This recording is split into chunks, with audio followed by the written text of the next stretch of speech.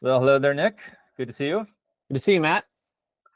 Well, we are back, and Nick and I were talking about what would be, a good topic for discussion, and we realized that we throw around these terms, intrinsic and extrinsic motivations, but we never really address what they are, definitions, and why it's so important to distinguish motivations. So that's today's topic: intrinsic versus extrinsic motivation. So, Nick, with that, or just some opening thoughts for us? Sure. Yeah. So I think one thing is that sometimes it's useful to address maybe some misconceptions or some ways that key terms like intrinsic and extrinsic are being talked about, but maybe, at least from my framework, are somewhat inaccurate. So for instance, sometimes people think intrinsic means internalized, like it's internal to me. So if it's something that's relevant or it's important to me, then therefore it's intrinsic. That is not what intrinsic motivation means to me, and I think most psychological researchers, and so I'll come back to that a little bit. So intrinsic and extrinsic motivations that is a key distinction, is sort of what's the source of the energy for action. So a definition of motivation is energy for action. Is it coming from outside the activity itself, or is it inherent or intrinsic to the activity? And there, in that case, intrinsic motivation is often self-reinforcing. So the act itself is pleasurable, energy-giving, a sense, we get a positive sense emotionally from that. So it can be fulfilling, growth, things like that. So that's those kinds of motivations that are inherent in the task. So extrinsic can be an extrinsic punishment or reward. So, and those motivate us in somewhat different ways. They may point us in the same direction, but extrinsic motivations can be both rewards and punishment. Generally, intrinsic motivation is thought to be a reward. So things that we like about something, they're autolectic. They are inherently have a positive valence for us emotionally or otherwise. So that's a really important distinction. So one way to think about motivation isn't just you have it or you don't, or you have a lot or you don't, but to think about different kinds of motivation and then the different properties of those motivations and the different effects or manifestations of these different kinds of motivations. And we can, to the extent someone is designing a class or you're self-directed to do some activity, is to try to think hard about what motivates you in the ways that you need given that task. And can you turn up certain kinds of motivations or turn down certain kinds to create a motivational profile or approach that's really going to be helpful to you? That's a little unconventional, I'd say, in the literature on motivation. Most of it's how person A or teacher or person or boss motivates person B rather than, we might say, self-motivation. But I think that's a pretty basic foundation. And I'll say one more thing, and maybe that'll prompt a question, is that's not the only key distinction made in different motivational theories. So extrinsic and intrinsic is one key distinction. There's also approach and avoidance. And then another very powerful framework talks about a continuum from kind of intrinsic to externalized, and then in the center there, we might call it internalized motivations.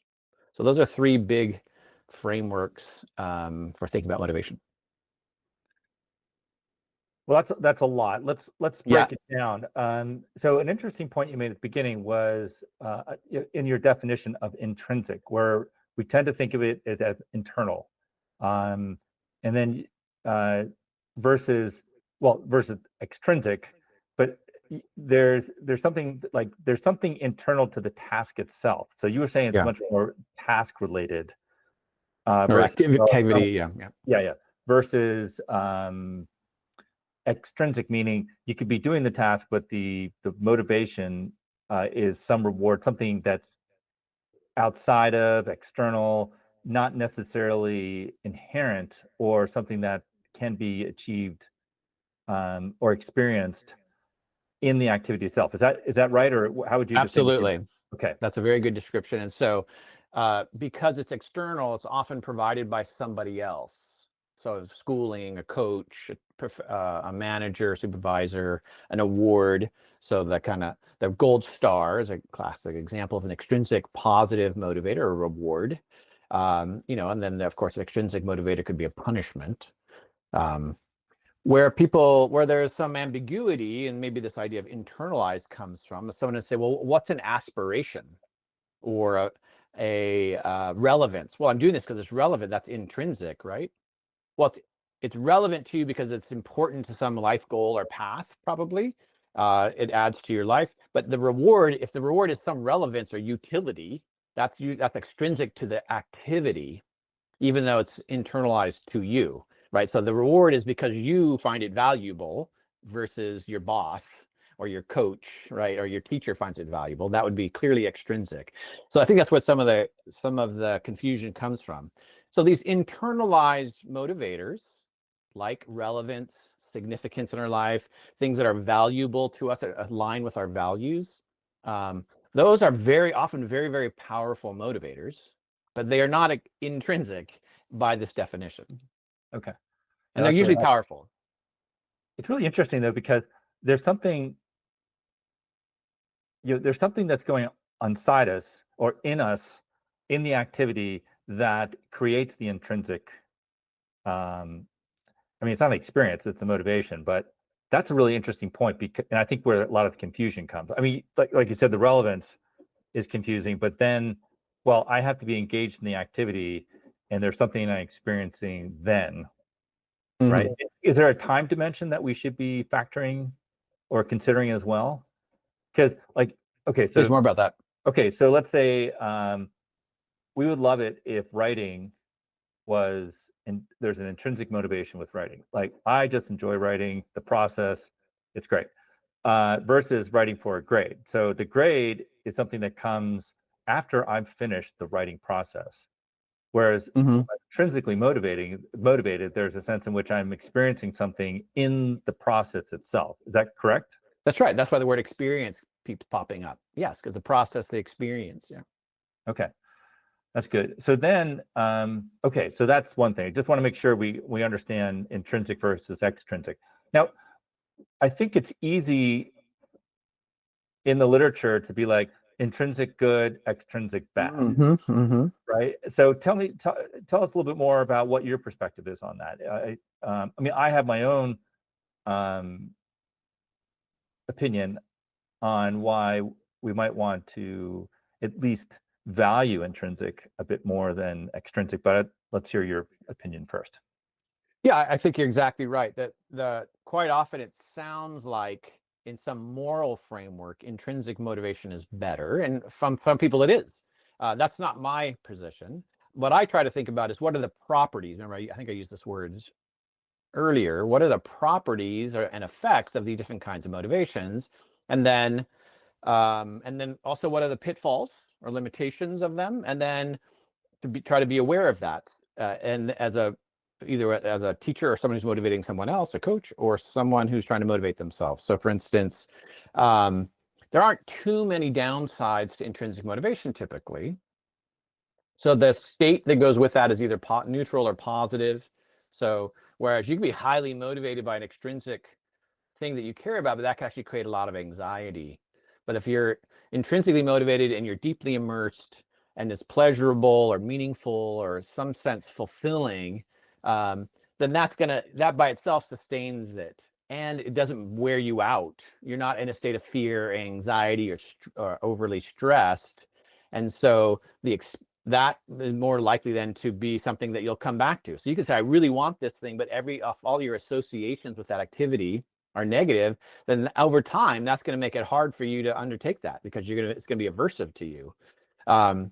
So knowing that, and then so part of that too then is, how do we frame a task? So I can consciously reframe or prioritize a way of looking at an activity that taps into motivations that I think are particularly powerful for me, or have fewer negative consequences, or have more positive ones.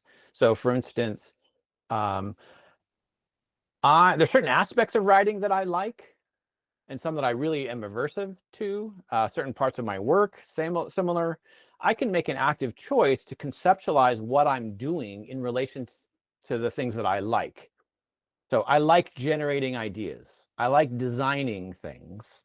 I'm less enamored with refining and getting all the T's crossed and I's dotted and in the form and the references and citations. This is particularly onerous to me. So I can make an active choice to not think about that latter and focus on the former.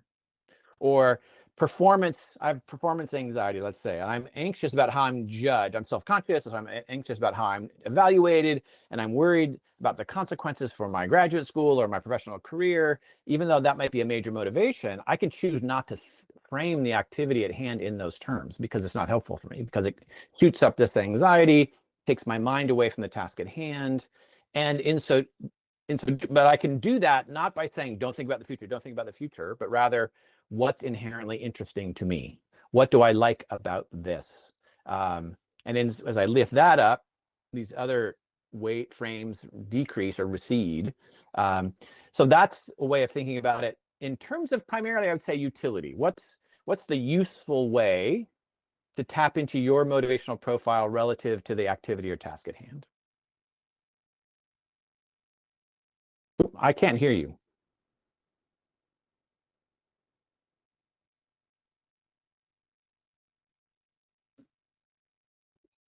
Can you hear me now? Yeah. All right, my microphone died. So, so I think the idea of a motivational profile, that's a really interesting point, because I think it's easy to kind of homogenize, standardize people, and say, we have to get tasks done. And so can you really, again, the self-awareness to understand yourself, so that you're not trying to conform to perceptions of what's best or better or whatever. So that's really important. So let me go back though to, you talked about one way we tend to, we don't want to say extrinsic motivations are bad. They can lead to anxiety because there is there's a aspect in which those are out of our control. And if we have an over reliance on them, then yes, if you're so focused on grades, so focused on or how your performance is being evaluated or how you're being perceived, that's a problem. But there's also some downsides to intrinsic motivation. Can you talk a little bit more about those? Yeah, I tend not to talk about it too much. Most of us are challenged by managing extrinsic motivations and their power, rewards and punishments. But I think, so intrinsic motivations, we can kind of lose ourselves in the task. So this might be something like flow, be really immersed in the activity. Well, for the purpose of the task, so long as it's within limits, being lost in the activity is pretty good. But you can imagine losing yourself in something day after day, hour after hour, day after day, week after week, and not functioning in the world very well. You can be kind of overly engaged. We probably know these people, right? Particularly overly engaged in things that are maybe don't serve your holistic development very well, or we can think of it less dramatically than that. So at work, you find a certain aspect of your work intrinsically motivating and rewarding. That's could draw a lot of your attention and effort and energy, but it may not be the top priority of your job description, your boss, or the institution. So there's some balance of extrinsic and intrinsic. I think faculty or professors at a place like Princeton or Berkeley or whatever are good models, because they're, as a rule, they're fascinated and deeply motivated by intrinsic motivation about questions, topics in their field. And they like tenure, and they're attentive to achievement. You don't get that, you don't accumulate that resume or CV and those achievements and papers and being on boards and grants without some attentiveness to how the world rewards and punishes your performance, right? It would be quite rare if you were just completely oblivious to these extrinsic features, this contextual, environmental, and also even that you didn't see them as somehow motivating to you. because if they're just neutral, then you could easily get in, and these people exist. They're just so lost in their field. We notice that they're hard to relate to. They perseverate on this all the time. They're kind of and then they're not able to translate that to an audience. They can't apply that in real world situations. And even the value of that work and that knowledge gets lost, because part of that value comes from communicating it to other people. But if you don't care about communicating to other people, because that's attached to an extrinsic, you can see how that may not be fully adaptive, again, to kind of a holistic approach to life. Right. So what I love what you're saying is that it's easy to glorify intrinsic motivation, and yes, that's it, but that's not realistic, and it's really not how we operate as human beings. So we can create, but if we're, as you said, if we're kind of in touch with our motivational profile, then we want to gravitate and find ways that certain things are interesting, but know that there's just going to be times that external motivations are appropriate, and we have to use them. I think, is this part of what you used the term motivational stacking? Is this kind of feed into that, or is it that different? It can. So the idea of motivational stacking is simply this idea that there are different kinds of motivations, that people will have different kinds of motivations, and sometimes those are in conflict, actually, and that there are real reasons not to do things. There are real aversive motivations, that if we don't do something, doesn't mean I'm not motivated. I can be motivated to not do something. And so, but I can be motivated not to do something, but for various values or other reasons, I want to finish this paper or turn in this project. And so the idea of motivational stacking is to not simply rely on what motivations I have without thinking about it, but actually to consciously stack up the variety of kinds of motivations. So the metaphor of motivational stacking is, and it comes really from thinking about and working with people who are procrastinating, they describe it as kind of being stuck against a wall. So I'll say, okay, how do you get over a wall? Oh, you stack something up so you can go over the wall. What is the thing you're stacking up in procrastination? It's motivations. So motivational stacking. So that is based on a similar observation, that there's different kinds of motivations, different kinds of motivations have different properties. They also affect us in different ways. So the desire to get something done and turned in and have it evaluated positively, that's a good thing to think about toward the end of a project, because it will push you to finish, right? Because I want to see how I'm going to be evaluated. Great, that's a motivated, pulls you to finish. But not so good at the beginning, when you're trying to generate ideas, figure out which pathway you're going to take. That can easily stultify your thinking, raises anxiety. There's a lot of uncertainty between where you're at and where you want to go. And so even this idea of modulating the motivations or stacking them up, using them in different ways based upon the arc of the work, is one. That's like a time dimension. Then there's knowing yourself, self-knowledge, what motivates me. So maybe your profile doesn't look like other people's, and your group mate or your business partner is motivated by something that doesn't really motivate you. And in fact, it motivates you aversively, it makes you nervous, anxious, avoidant. So that's where this important knowledge comes in. One thing you talked about some of the limitations, if I can circle back, or did you want to say anything about my response to that?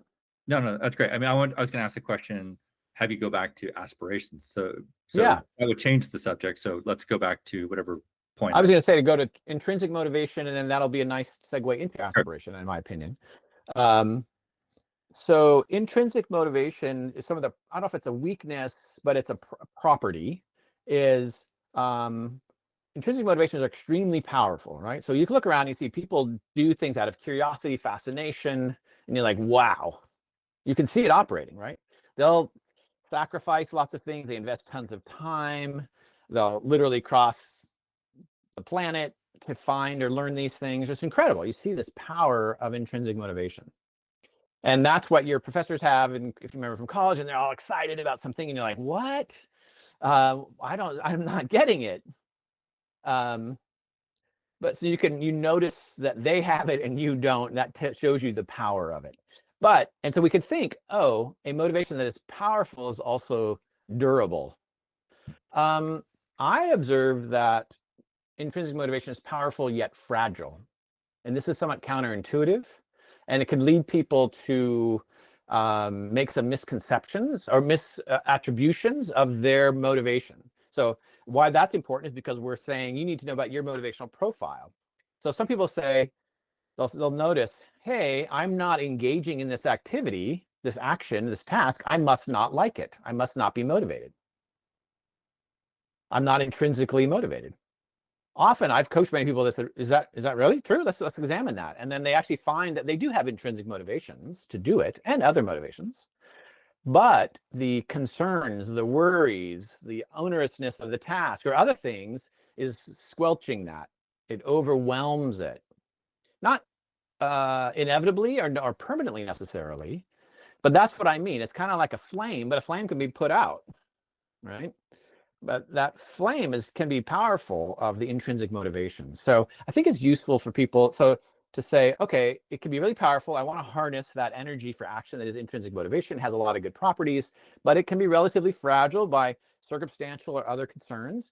So if I'm in a situation where I feel like I should be motivated, or I'm not sure why I'm not, I would say, assume you are intrinsically motivated if that fits your sense of yourself, but look to the environment or the context and say, what is getting in the way of me experiencing that intrinsic motivation? Can I limit those things? Can I lift up or cultivate my intrinsic motivation in various ways, even for little chunks of time? And then that can kind of nurture it. And that's another thing. You don't have to be solely intrinsically motivated. In fact, we've already talked about that. That's probably not a good thing. But having no intrinsic motivation for something, that then becomes a real task of kind of often working against your motivations. However, there's another really powerful kind of motivation that's not intrinsic, and that gets to values and aspirations. Great. All right. So I was going to go back and just ask you to define again what you mean by aspirations, and it's important in this discussion. Yeah. So in my framework, aspirations are motivations that come from our values. So aspirations are motivations that come from our values. And these values can be valuing curiosity or knowledge creation, but they can be extrinsic, like altruism. So to help somebody else by doing some activity is not intrinsic to that activity, but it can be very powerful. So an aspiration is, I believe in a cause. I want to make sure that people who are hungry get food. I want to provide care. That is not intrinsic necessarily to the task. There may be other things that are intrinsic to providing care. It makes you feel good, but that value is not inherent in the task. It's inherent in you, and it's deeply internalized, right? And so that's the distinction between an intrinsic motivation, an internalized motivation, and an extrinsic, right, motivator. It's powerful, it's deep inside of you, but it's not inherent in the activity. So what I've observed, if you read the brief statements, the pithy statements, the epigraphs of great people who do amazing things in the world, they generally have a very powerful value-driven motivator, and combined with an intrinsic motivator. So they love the experience of creating art, and then they want to make art that liberates people or helps them see the world in a new way.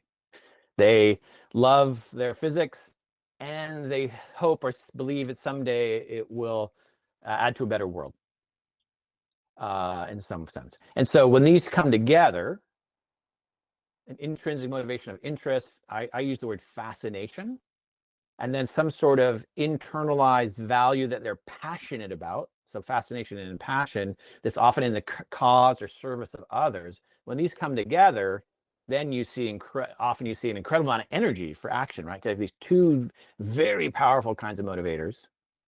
Notice that neither one of them are exactly like goals. And because goals have limitations. They're basically almost limitless well springs of energy. I can never be too altruistic, I don't think, or I'm not going to kind of use that up, just like I'm not going to use up my fascination, generally speaking. So they're very rich sources of motivation. Whereas attainment of a goal, once you get it, that goal loses a lot of its power. motivationally.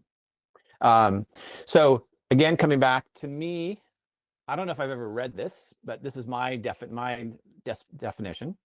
An aspiration is a really powerful source of motivation. It's not a tangible goal that's attainable. It's a North Star.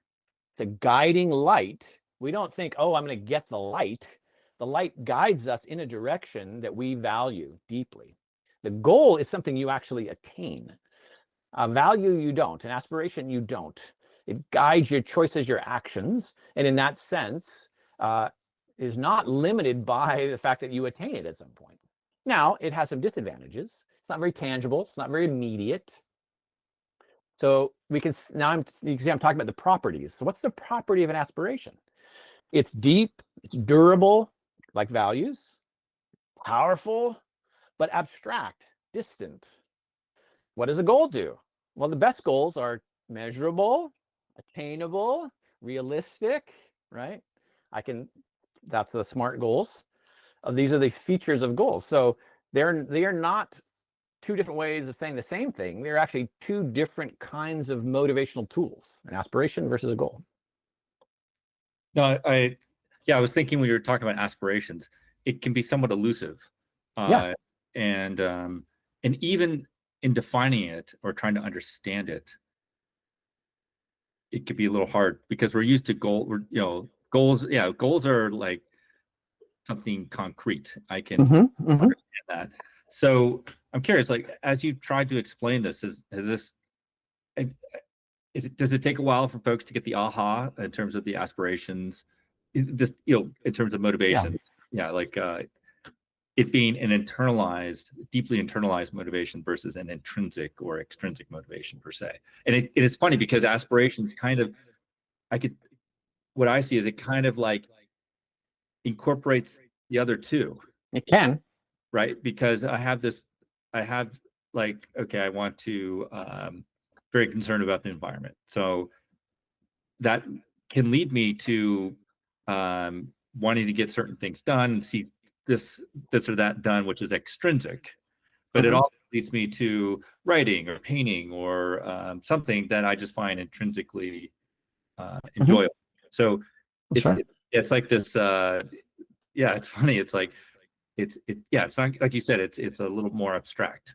So I'm just curious about, in terms of trying to get folks to understand this and appreciate it. Has that been difficult or? Yeah, I mean, I would say it's difficult for good reasons. These are artificial distinctions I'm making. Right, that's true. Right, like, and some of them are pretty dramatic, pretty significant simplifications for the purposes. Ultimately, I'm a pragmatist. So I want to help people understand the difference and the different benefits of an aspiration versus a goal. Do I do some damage to the word aspiration or values as I do that? Probably. Right. But does it make it hopefully more practical and usable in so doing, and point out the limitations? So, and I'd say too that these are categories or concepts that are mapped onto human beings, but we're a whole. Right. So you're pointing out, hey, Nick, aren't these things kind of intertwined and interconnected? And is there a bright line even between intrinsic and extrinsic? I think there are people that say there is ultimately no bright line between intrinsic and extrinsic, because the extrinsic thing only has significance to the extent that I process it inside of me. Right. But so I think it's somewhat challenging for me. Why it's useful or why it's important to try to make these distinctions and try to stick with them is because the common discourse or language out there conflates these things, and then people go, if they're struggling and they have these not very clear concepts, then they don't know how to sort it out. They don't know what to do, or they think it's them, right? Oh, it must be me. Everybody's talking about motivation and goals, and I should have goals, but these goals don't work. Well, maybe they don't work because of certainly how you make them. That's the whole push to have SMART goals. But maybe that's not a good fit for your motivational profile, and that everybody calls everything that people want a goal. And I would say that's just wrong. That's not true. There's aims, there's aspirations, there's vision, right? Those are different things than goals. Intentions, purposes.